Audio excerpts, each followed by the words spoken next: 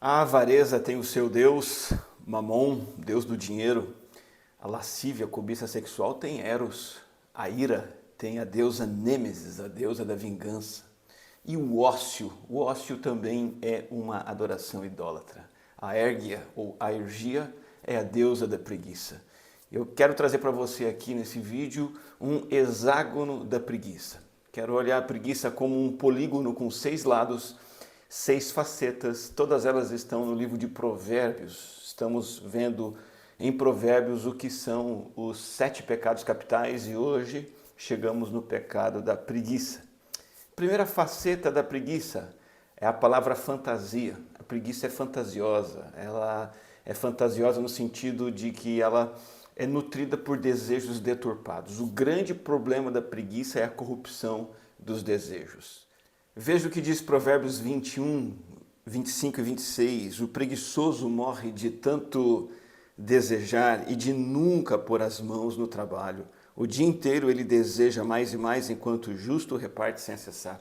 Veja que o texto deixa muito claro que o preguiçoso nada mais é do que um egoísta, um egocêntrico que só pensa em si mesmo, que deseja, a palavra desejo aparece aqui algumas vezes, ele deseja o tempo todo intensamente agradar a si mesmo. E o texto dá a entender que ele faz isso de duas formas contraditórias. Primeiramente, ele deseja agradar a si mesmo, nutrindo grandes ambições e sonhos egoístas. Ele morre de tanto desejar, ele deseja mais e mais. E ao mesmo tempo, ele também nutre o desejo de premiar a si mesmo com conforto, o falso prazer da facilidade, da folga, do descanso. Ele ama a indolência, então ele ama duas coisas que não se encaixam.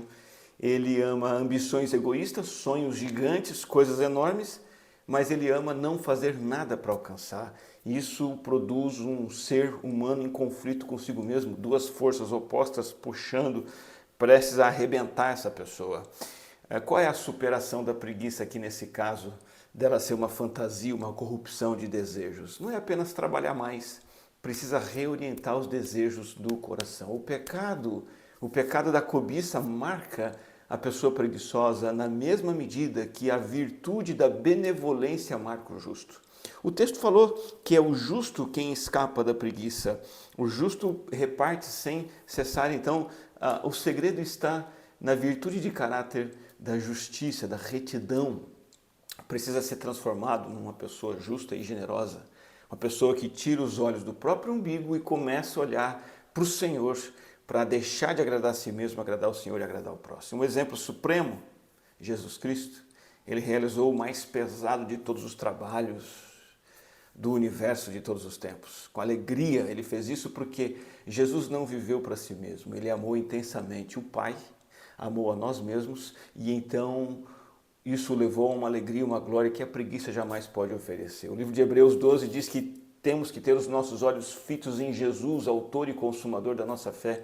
Ele, pela alegria proposta, suportou a cruz, fez esse trabalho, desprezou a vergonha, assentou-se à direita do trono de Deus.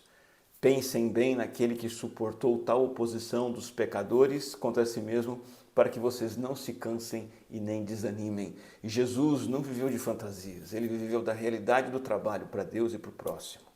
Reoriente os desejos do seu coração. Deixe de viver para si mesmo. Desista de premiar a si mesmo com folga, com ócio, com descanso. Essas coisas são necessárias, mas não são o sentido da vida.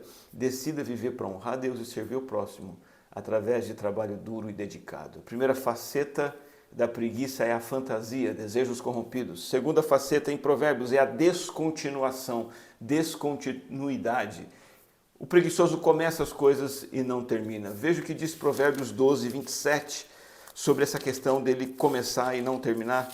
Está escrito assim: o preguiçoso não aproveita a sua caça, mas o diligente dá valor a seus bens. E um pouco mais adiante, Provérbios 19, 24, nós encontramos a seguinte verdade: o preguiçoso põe a mão no prato e não se dá o trabalho de levá-la à boca. Então a ideia desses dois versículos é que o preguiçoso está sempre fazendo planos, começando projetos e nunca terminando nada.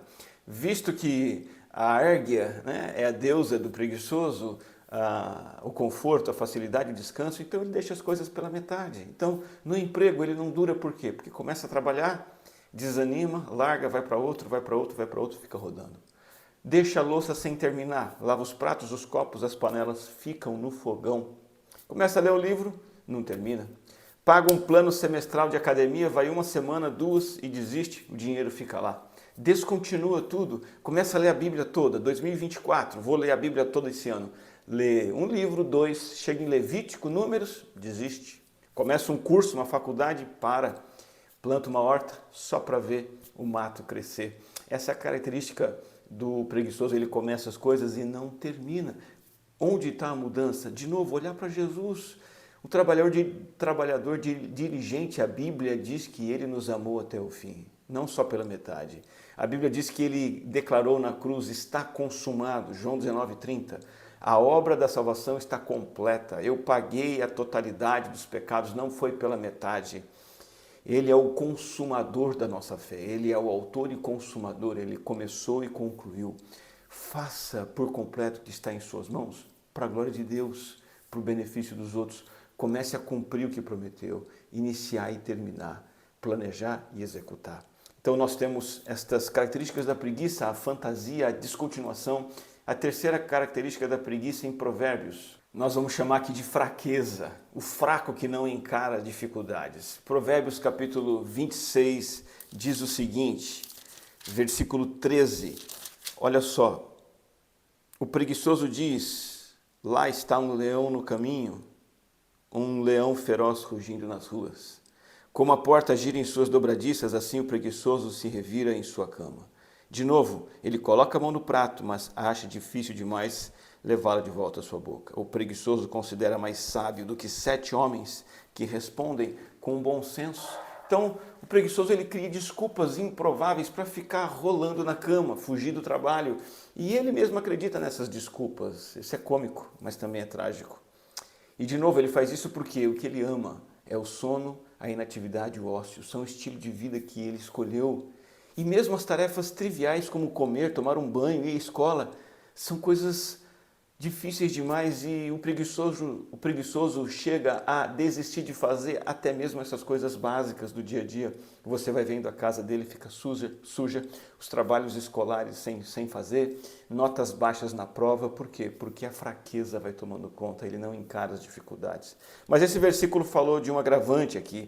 Ele falou que o preguiçoso ele não se envergonha de sua preguiça, pelo contrário, ele se vangloria da maneira como vive, como entende, como conduz sua vida. Ele se considera mais sábio do que 7 homens que respondem com bom senso. Sabe o que acontece? Ele se acha correto, ele não enxerga a própria miséria, ele acredita nas desculpas esfarrapadas que ele mesmo cria. Eu não funciono muito bem de manhã. Para que eu vou fazer inglês? Para que estudar matemática? Eu nunca vou usar isso aqui. Né? Eu não funciono bem de manhã, eu funciono mais à noite. De manhã ele está dormindo, à noite também. Então, olha, não adianta ficar pegando no meu pé, tá? Eu trabalho no meu tempo. São desculpas para esconder a fraqueza e não encarar as dificuldades. Ele é sábio aos seus próprios olhos, ou seja, ele é um tolo. Porque o tolo de Provérbios é justamente esse que se acha sábio. E o sábio de Provérbios é exatamente aquele que admite a sua própria insensatez e necessidade de sabedoria. Humildade é o caminho para se livrar da preguiça, de dar desculpas e parar de fugir das coisas difíceis da vida. Admitir isso, encarar essa realidade e se tornar uma pessoa disposta a lutar, a fazer as coisas difíceis, a começar tarefas longas, complicadas. Jesus Cristo não se apegou a desculpas do tipo é difícil demais, depois eu faço, eu não tenho nada a ver com isso, está além do meu alcance. Afinal de contas, Jesus poderia dizer, eu tenho direito a um pouco de conforto. Filipenses 2, 7 e 8 diz que Jesus esvaziou-se a si mesmo, se fez servo, tornando-se semelhante aos homens e, sendo encontrado em forma humana, humilhou-se a si mesmo e foi obediente até a morte de cruz. O preguiçoso foge de tarefas difíceis porque ele é fraco, ele não encara as dificuldades. Jesus enfrentou a maior dificuldade de todas, pagar o preço pelos seus pecados naquela cruz. E agora a gente pode ir para a quarta característica, quarta faceta desse hexágono esse polígono com 6 lados da preguiça, que é desperdiçar, o desperdício de oportunidades. Provérbios capítulo 20, versículo 4 nos mostra isso. O preguiçoso não ara a terra na estação própria, mas na época da colheita ele procura e não acha nada. Quando precisa, na hora certa, o preguiçoso não trabalha duro. Seja o trabalho duro rotineiro, seja uma janela de oportunidade que se abre e ele tem que agarrar com esforço, porque pode ser que não apareça de novo, o preguiçoso prefere fugir daquilo. Ele é orgulhoso, exige fazer as coisas no seu tempo, não aceita a imposição de necessidades, e o resultado, Provérbios capítulo 20, versículo 4, nos diz: por não plantar na hora certa, ele fica sem ter o que colher. Você trabalha duro, de sol a sol, como diz a expressão, aproveita as oportunidades que surgem para você, cumpre seus deveres sem enrolar, sem adiar, ou tem o hábito de deixar para mais tarde e desperdiçar a vida.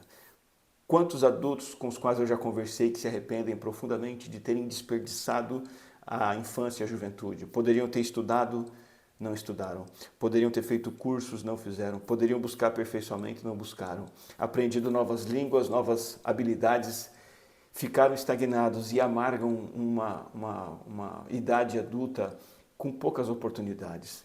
Jesus não fez isso. Jesus diz assim: meu Pai continua trabalhando até hoje e eu também estou trabalhando. É hora de trabalhar. João 5,17. Jesus não deixou a oportunidade escapar. Ele trabalhou duro, de forma sacrificial, quando era oportuno e necessário.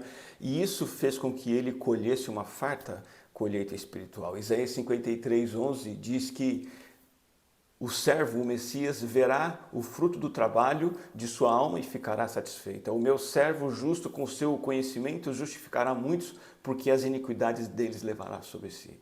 Jesus plantou na hora certa o que ele colheu, a salvação eterna dos seus escolhidos, aqueles que creem nele, recebendo a salvação. Jesus só tem essa farta colheita, porque ele trabalhou quando foi necessário. Então, veja que nós temos aí facetas da preguiça que são interessantes de observar. O preguiçoso é fantasioso, ele descontinua as coisas, ele não termina, ele é fraco, não encara dificuldades, ele desperdiça as suas oportunidades, e o preguiçoso ele está num estado de declínio constante, piora progressiva. Essa é a quinta faceta do preguiçoso. Provérbios 19:15 nos diz o seguinte: a preguiça leva ao sono profundo, e aí mais adiante o preguiçoso passa fome. Perceba? Sono profundo, o agravante, fome. Preguiça não é estável, ela está sempre num declínio progressivo. A capacidade de trabalhar duro vai diminuindo cada vez mais. É do sono profundo, se nada for feito, a pessoa chega a passar fome. Torna-se cada vez mais incapaz de trabalhar com alegria e excelência. Fica cada vez mais inapto a cumprir compromissos, entregar as coisas no prazo. Quanto mais deixa de fazer, mais agrava esses problemas. Tem mais dificuldade de ter iniciativa própria. Vai ficando cada vez mais difícil fazer uma coisa bem feita. Quanto mais fundo o preguiçoso vai no poço da preguiça, mais difícil é sair dele, talvez até o momento em que se torne impossível. Esse é o progresso de afundar-se no buraco da preguiça. Ela piora progressivamente. O preguiçoso vira cada vez mais preguiçoso. Mas há um outro processo que é benéfico e favorável a nós, e a Bíblia chama de processo da santificação. O processo da santificação reverte o declínio catastrófico do pecado da preguiça e qualquer outro pecado. Esse processo de santificação começa quando você ouve o Evangelho e crê na palavra da verdade. Efésios capítulo 1 diz que quando nós ouvimos a palavra da verdade, o Evangelho, e quando nós cremos, nós somos selados com o Espírito Santo e nos tornamos então crentes salvos em processo de santificação. E aí esse processo se inicia. Que processo? Maravilhoso processo de nos tornarmos cada vez mais parecidos com o nosso Senhor, como Paulo, que disse que ele caminhava rumo à perfeição de Cristo. Então, essa é a dinâmica da santificação. Eu vou abandonando práticas da natureza pecaminosa, entre elas a preguiça, e vou adotando novas práticas da natureza espiritual, o trabalho árduo dedicado para a glória de Deus. Esse processo acontece por meio da renovação no modo de pensar. Romanos 12 diz a renovação do nosso entendimento. Em qual processo você se encontra? De agravamento da preguiça ou de santificação à imagem de Cristo? De entregar-se cada vez mais ao ócio ou abandonar cada vez mais o pecado e ser mais e mais dedicado ao Senhor? Vamos para a última faceta da preguiça? A última faceta da preguiça é prejuízo, é destruição, não tem outra coisa. Nós temos aqui em Provérbios 18, 9, o seguinte: quem relaxa em seu trabalho é irmão do que o destrói. A preguiça traz destruição para o próprio preguiçoso e para as pessoas ao seu redor. Por quê? Porque o preguiçoso não ajuda a carregar o piano e ele sobrecarrega outros e o serviço fica necessitando de mão de obra. O preguiçoso não cuida das coisas direito, não cuida do seu carro direito, da sua casa, do seu jardim, e essas coisas se estragam e ele perde. O preguiçoso ele só pensa no seu próprio conforto e benefício, então ele é um parasita social, ele traz prejuízo para a comunidade, para a sociedade. Ele faz as coisas de qualquer jeito e quando a gente faz as coisas de qualquer jeito, as coisas ficam mal feitas. John MacArthur diz que deixar um trabalho pela metade ou mal feito é o mesmo que destruí-lo. É exatamente isso que esse versículo está dizendo. O preguiçoso é irmão daquele que destrói. Então, existe um ditado que diz o seguinte: se você não cuida da sua saúde, você vai ter que cuidar da sua doença. Ou seja, se você tem preguiça de caminhar, se exercitar, se alimentar direito, você vai ter o trabalho de cuidar da doença e isso vai ser algo prejudicial. Se você não tem o cuidado de escovar os dentes direitinho todo dia, fazer higiene bucal, você vai ter que ter o trabalho de pagar o dentista e fazer tratamento dentário. E por aí vai. A destruição acontece quando nós somos preguiçosos. Que você tenha disposição de trabalhar duro para evitar o prejuízo que a preguiça traz. E trabalhando duro, você vai colher benefícios para si, para as pessoas ao seu redor, e se libertar desse desejo egoísta de curtir a moleza, o ócio e o sossego que só trazem prejuízo para a gente. Eu quero terminar apresentando para você o oposto da preguiça, e ela está aqui no capítulo 15 de Provérbios, versículo 19. Diz assim: o caminho do preguiçoso é cheio de espinhos, mas o caminho do justo é uma estrada plana. Perceba que nesse versículo o paralelo está entre o preguiçoso e o justo, não entre o preguiçoso e o trabalhador. Por quê? Porque o oposto da preguiça não é só o trabalho duro, mas é a retidão de caráter, um caráter renovado por Deus em Cristo. A preguiça não é só um mau hábito, é uma falha moral, é um desvio de caráter, é um pecado contra Deus. A retidão de caráter é que leva a uma vida comparada a uma estrada plana. O caminho do justo é uma estrada plana. Por quê? Porque o caminho do justo é o caminho de uma pessoa que trabalha duro, e o trabalho duro, altruísta, grato, alegre, ele é saudável, ele é benéfico e traz tremendos benefícios para si mesmo e para os outros. Esse é o caminho da bem-aventurança, esse é o caminho do shalom, da prosperidade de Deus. Não ache que você vai ser feliz, como diz a deusa da preguiça, a Aérgia. A promessa de bem-estar no ócio, no sono, no descanso, não está aí. O bem-estar está na justiça, no caráter comprometido com Cristo, numa vida obediente ao Senhor. Você ainda alimenta essa expectativa falsa de que a vida boa e fácil é a vida preguiçosa? A preguiça talvez esteja trazendo problemas para você. Confie nisso. A bem-aventurança, a felicidade, a prosperidade decorrem de temer o Senhor e andar nos seus caminhos, e não de levar uma vida folgada e preguiçosa. Eu ainda quero compartilhar mais um versículo com você. Antes de terminar, Provérbios 27, 18 diz algo muito interessante sobre a preguiça. Quem cuida de uma figueira comerá de seu fruto, e quem trata bem o seu Senhor receberá tratamento de honra. Enquanto a preguiça traz pobreza e vergonha, o serviço fiel, o trabalho fiel tem a sua recompensa garantida. Subsistência, o fruto da figueira. Dignidade pessoal diante dos outros e diante do próprio Deus, tratamento honrado. E perceba que esse versículo nos fala que mesmo a tarefa mais humilde de ser um empregado que cuida bem do seu patrão, do seu senhor, até mesmo essa tarefa mais simples, sendo bem feita, é honrada e admirável, tanto quanto a tarefa de um advogado, de um médico, de um doutor, de um cientista. Qualquer trabalho útil aos outros e feito com excelência é merecedor de honra. O próprio Deus é o Deus que põe a mão na massa.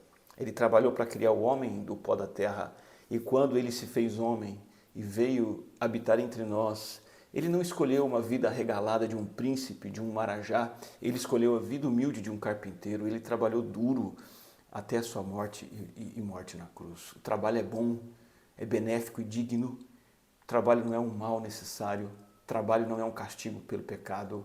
Então a falta de trabalho duro deturpa a alma e corrompe a humanidade, mas o trabalho árduo traz sustento, farto e traz honra e dignidade. Aprenda a valorizar todo e qualquer trabalho útil e bem feito, por mais simples que seja, inclusive o que você mesmo faz. Não temos que dar valor apenas aos empregos com altos salários que requerem altas graduações acadêmicas, ou trabalho que exige uma excelente performance social como um atleta, um artista, um político. Trabalhar com dedicação e alegria, mesmo quando não tem salário envolvido, ou mesmo que o salário seja menorzinho, a nossa dignidade está em trabalhar de maneira útil para os outros e para a glória do nosso Senhor. A quem você vai servir? A mentirosa e falaciosa deusa Aérgia, a deusa da preguiça, que oferece significado, sentido e realização no sono, no ócio e na preguiça? Ou você vai buscar a satisfação que há no Senhor, um Deus trabalhador que convoca você a trabalhar com alegria? Espero que esse hexágono da preguiça tenha te ajudado a entender um pouco melhor este conceito e te leve a crescimento pessoal, desenvolvimento pessoal à luz da palavra de Deus, na dependência do Espírito Santo. Que Deus te abençoe.